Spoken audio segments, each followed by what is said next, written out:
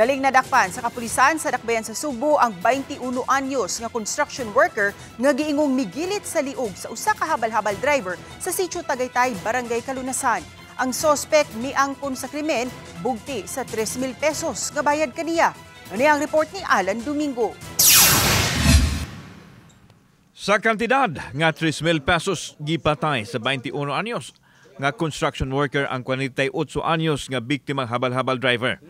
Una napalgan ang lawas sa biktima sa Sitio Tagaytay, Barangay Kalunasan, Cebu City niadtong Domingos buntag, Oktubre 12. Wa magdugay na hulog sa kamot sa balaod ang suspek kinsa nadakpan human at trace sa kapulisan ang mga CCTV footage nga nagpakita sa suspek ug biktima nga nag-angkas. Hangtod nga nag-inusara na lang kini human sa krimen ug duna pa higayon nga gihukas nini ang sinina samtang nagmaniho sa motor sa iyang pagsibat. Wa magdugay nadakpan sa mga pulis ang suspek kinsa nakuhaan sa mga ebidensya. Lakip ang sinina o kasunis, apil na ang helmet nga gigamit niya sa krimen. Nga nakuhaan sa CCTV, nadakpan siya sa iyang gitrabahoan sa usa ka construction site sa Cebu City diin mibalik siya sa pagtrabaho.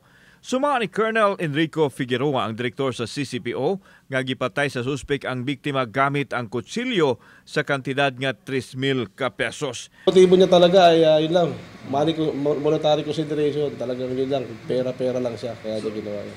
Kasi sa informasyon, yun nga, related pa rin sa drugs. Giangko sa suspek nga iyang nahimo ang krimen kay dunay nagsugo kaniya apan wa siya mobutyag kung si kinsa nangayo siya pasaylo siya nahimo.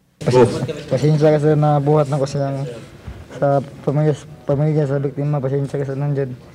O dito na ako dahong mabuhat na ako. Kung madabaw na yung pasaylo, pasensya kasi nandiyan.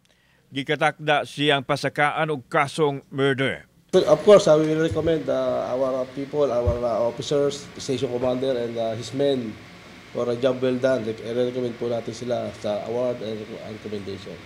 Kauban si Clover Lumayag, ako si Alan Domingo. Balitang Bisdak.